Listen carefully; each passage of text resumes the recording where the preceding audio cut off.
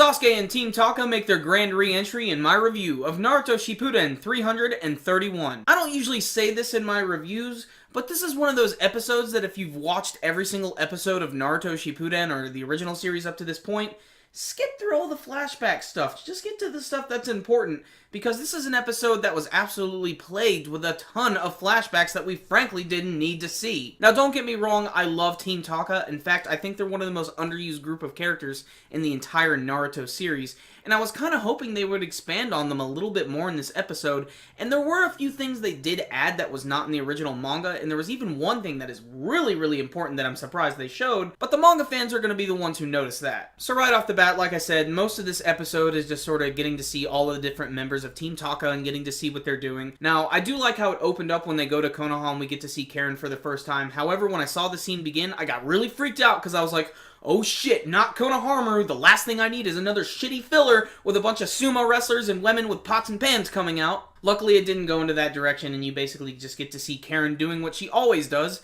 which is freaking out over Sasuke. She's sort of conflicted here. She doesn't like the fact that Sasuke tried to kill her, but she still wants to ride his pole. I think the most interesting parts of this week's episode was probably the Jugo and Suigetsu stuff. Just getting to see them interact with each other is great. But also I love when they come to Orochimaru's hideout, which has this really awesome wicked entrance. It's like totally like something out of He-Man Masters of the Universe, or it could be like the entrance to any Zelda dungeon. When they get inside, this is when a lot of the flashbacks actually begin, and basically it's just stuff we've seen before. I'm not even going to get into it. But eventually what happens is Jugo just gets pissed at Suigetsu, and he ends up punching him right in the face, but since he's made of water, he ends up just going right through him, and then he punches this wall. Luckily, it leads them to this secret room, one that Orochimaru definitely wanted to keep hidden, and that's when Suigetsu discovers this scroll, something that could change the tide of the entire war. There is a really important clue when he opens up that scroll. It's very obvious when you see it. For all the people who read the manga, try not to spoil it with the comments below, guys. I know a lot of these guys just watch the anime series. Let them try to figure it out. But I'm really surprised that they showed this, but then you get to see that Jugo and Suigetsu sort of square their shit out, and they make their way out of this really, really creepy-ass snake place. The other interesting thing at the end is we get to see Sasuke fighting against a group of Zetsus. They're really pissed because their original clone was killed, and they want to get revenge.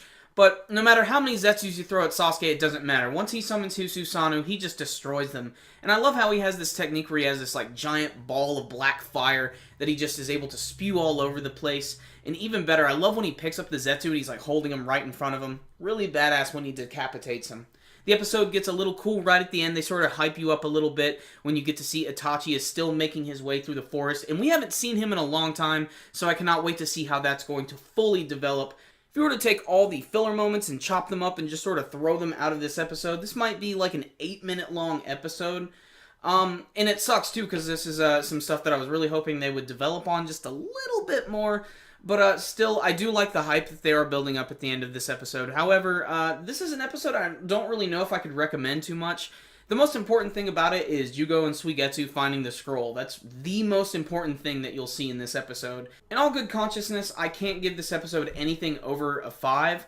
So I'm going to give it a 5. Just all those flashbacks really brought this episode down. However, just getting to see all of Team Taka again is actually kind of refreshing after seeing all of the crazy stuff that's been going on in the war.